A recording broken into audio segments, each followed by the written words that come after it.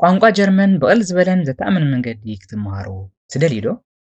እምበኣርከስ ሕጂ እውን ንመበል 7ይ ግዜ ብኦንላይን ማለት ብመንገዲ ዙም ወይ ማንዛ ዝወሃብ ትምህርቲ ቋንቋ ጀርመን ንደረጃታት ኣስፋይን ብኣይንስን ምዝገባ ከም ጀመርና ክነብስረኩም ንፈቱ።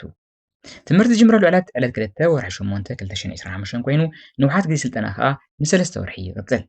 ምዝገባ ካብ ሎሚ ዝከኣል ኮይኑ በስዕብ ዘሎ ቁፅሪ ቴሌፎን 0049 17 63 23 86 46 9 ኣብ ዋትስኣፕ ኮነ ቴሌግራም፣ ኢሞ፣ ቫይበር፣ ቲክቶክ መልእኽትኩም ክትገድፉልና ትኽእሉ።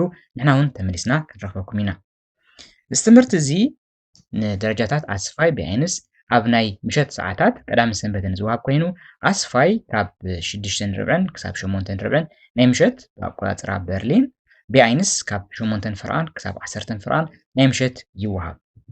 ንኩሉ ንፅር ክኸውን ንሕና እንህቦ ትምህርቲ ምስክር ወረቐት ዘውህብ ዘይኮነ ንሕና ንፈተና ንዳሎ እሞ ሰብ ከዓ ብውድቂ ከይዱ ይፍትን። ንኣብነት ኣብ ዝሓለፉ 6 ትምህርትታት ወይ ዝሃብናዮም ስልጠናታት ካብ ዝሳተፉ ተምሃሮና እሞ ዕዉት ውፅኢቶም ክንሪኢና። እዚ ዕዉት ውፅኢትን ብቕዓትን ከዓ ነቲ እንህቦ ትምህርቲ ምስክርነቱ የረጋግፅ።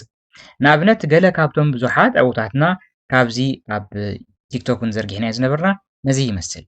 እምበኣርከስ ምሳና ብምዃን ዕዉት ዝኾነ ደረጃ ንምብፃሕ እዚ ማለት ደረጃ ምልክት ቋንቋና ክብ ንምባል ናይ ምዝራብ ሕንከትና ንምውጋድ ከምኡ እውን ንፈተና ብብቕዓት ድልዋት ንምዃን ኣብ ባና ተመዝጊብኩም ዕዉታት ክትኮኑ ከዓ በዚ መንገዲ ንዕድመኩም። ትምህርቲ ቋንቋ ጀርመን ደረጃታት ኣስፋይ ከምኡውን ብኣይንስ ምስ ኦካ